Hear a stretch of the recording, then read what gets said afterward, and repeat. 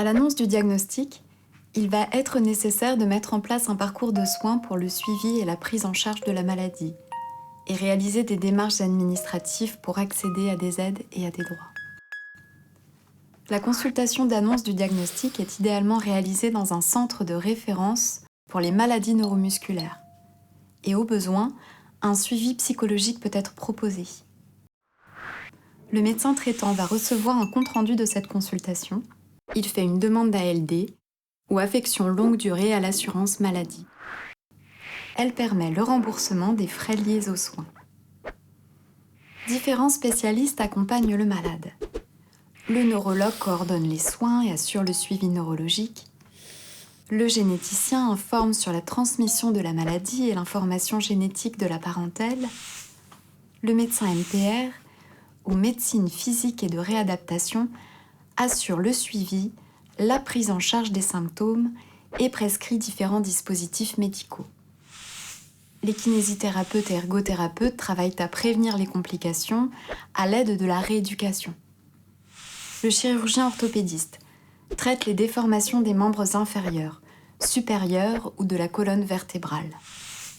Le pédicure-podologue délivre les soins de pédicurie et réalise des semelles. Le podo-orthésiste réalise des chaussures orthopédiques et des orthèses. Les référents parcours de santé de l'AFM Téléthon accompagnent les malades dans ce parcours de soins, notamment sur les droits, le financement des aides, l'emploi, la scolarité ou le logement.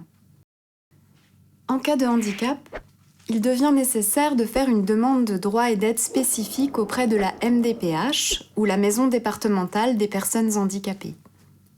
Pour la RQTH ou reconnaissance de la qualité de travailleur handicapé, pour le maintien dans l'emploi avec des conditions adaptées ou l'accès à un nouvel emploi.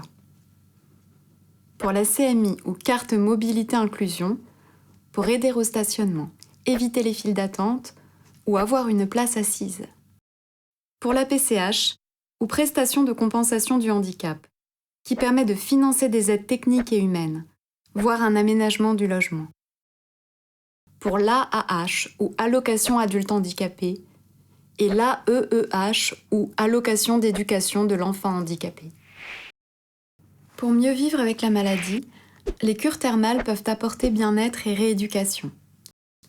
Une activité sportive modérée, adaptée et régulière, entretient la force musculaire, l'endurance et diminue les sensations de fatigue et de douleur. L'éducation thérapeutique du patient l'aide, par l'acquisition de connaissances sur sa maladie et de compétences, à mieux vivre avec elle. L'association CMT France, créée par des malades, vise à rompre l'isolement des patients. Elle informe, soutient, elle est active auprès des professionnels de santé et des personnes concernées. Et ses 20 délégués en région favorisent les échanges,